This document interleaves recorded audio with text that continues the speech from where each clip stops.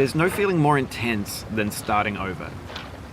If you deleted your homework the day before it was due, as I have, or if you left your wallet at home and you have to go back after spending an hour in the commute. If you won some money at the casino and then put all your winnings on red but it came up black. If you got your best shirt dry cleaned before a wedding and then immediately dropped food on it. If you won an argument with a friend and then later discovered that they just returned to their original view. Starting over is harder than starting up. If you're not ready for that, like if you've already had a bad day, then what you're about to go through might be too much.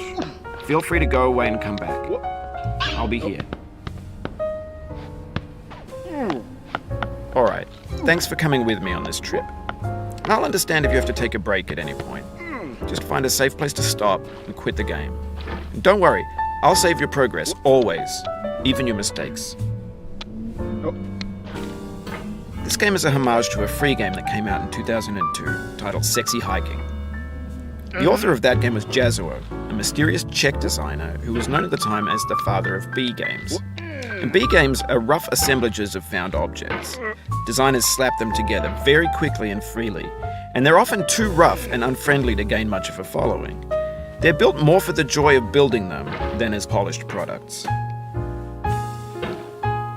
In a certain way, Sexy Hiking is the perfect embodiment of a B game. It's built almost entirely out of found and recycled parts, and it's one of the most unusual and unfriendly games of its time. In it, your task is simply to drag yourself up a mountain with a hammer. And that act of climbing, in the digital world or in real life, has certain essential properties that give the game its flavor. No amount of forward progress is guaranteed. Some cliffs are too sheer or too slippery. And the player is constantly, unremittingly in danger of falling and losing everything.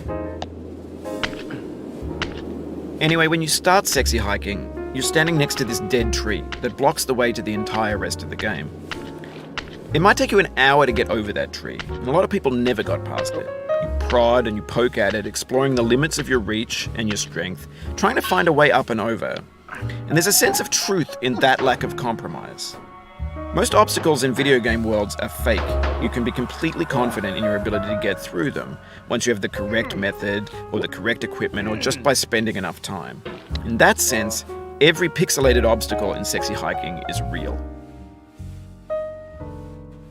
The obstacles in Sexy Hiking are unyielding,